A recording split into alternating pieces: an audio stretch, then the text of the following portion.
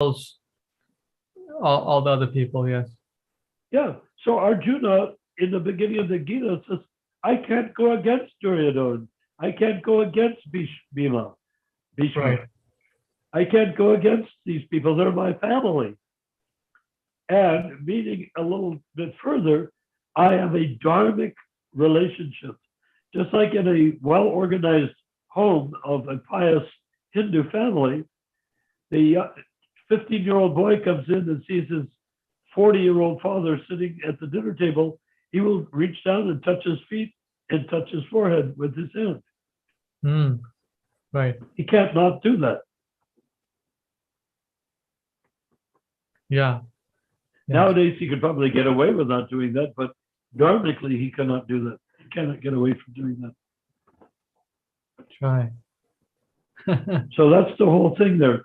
So therefore, Vasugosha's, why not read Vasugosha's statement about Bhima again?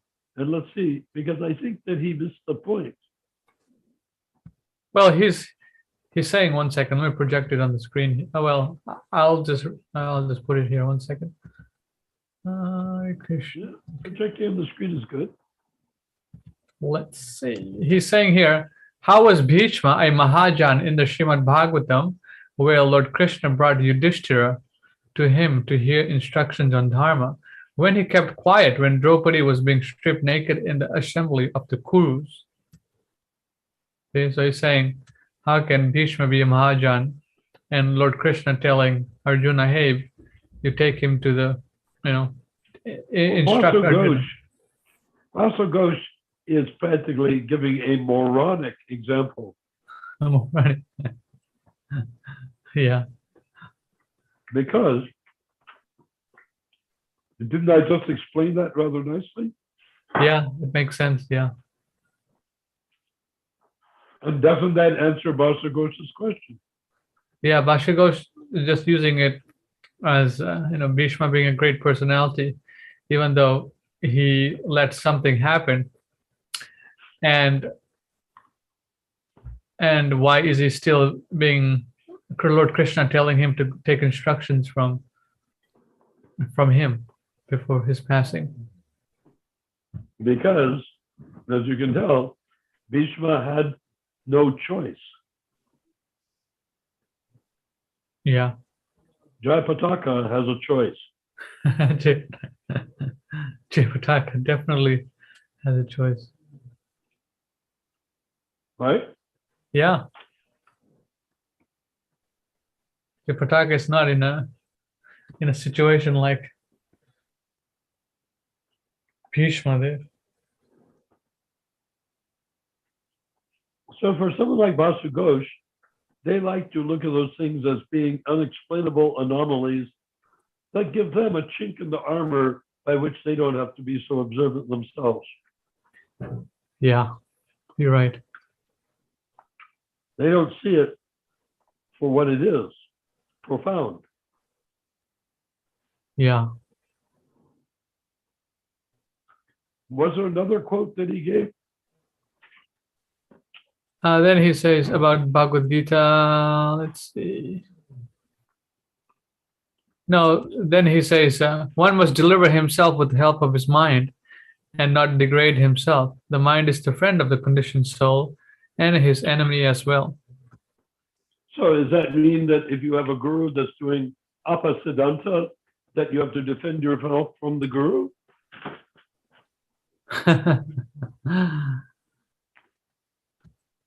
What did you say? Can you say that again? If the guru is what? If your guru is apasiddhanta,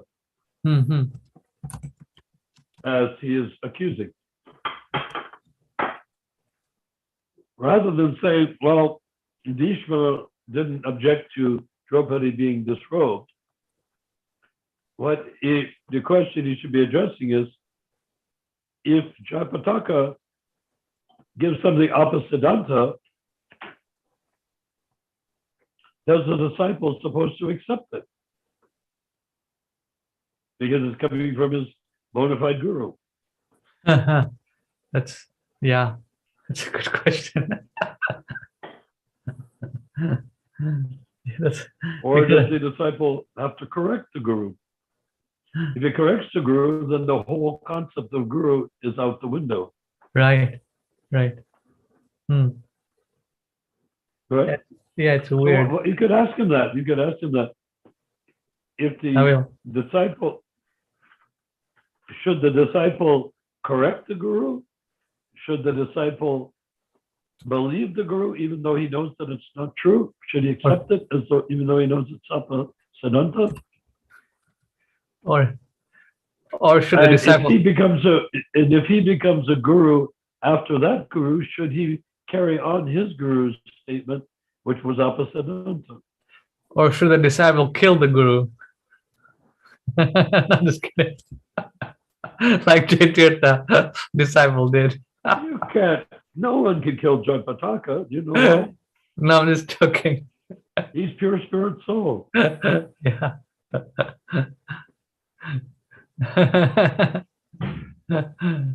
Right. For someone like Jagpataka or any of the ISKCON gurus that have presently passed away,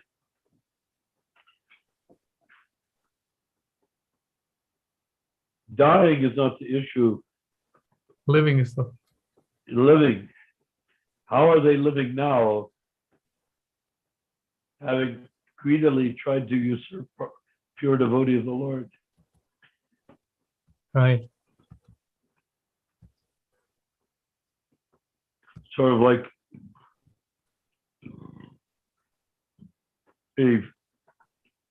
two entities can have a relationship with a horse. One entity could be the rider of the horse from the saddle, train the horse, grooms the horse, takes care of it. The other entity could be some sort of an insect biting and eating the flesh and blood of the horse. Mm. Now, they both have a relationship with the horse, don't they? Right, right.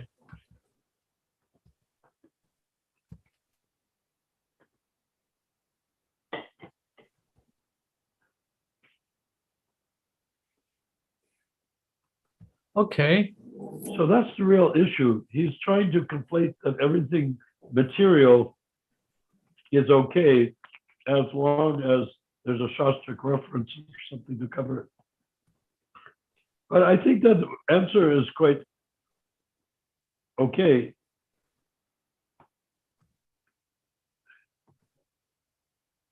To understand it, if you respond to him accordingly, let's see what he says. Okay, so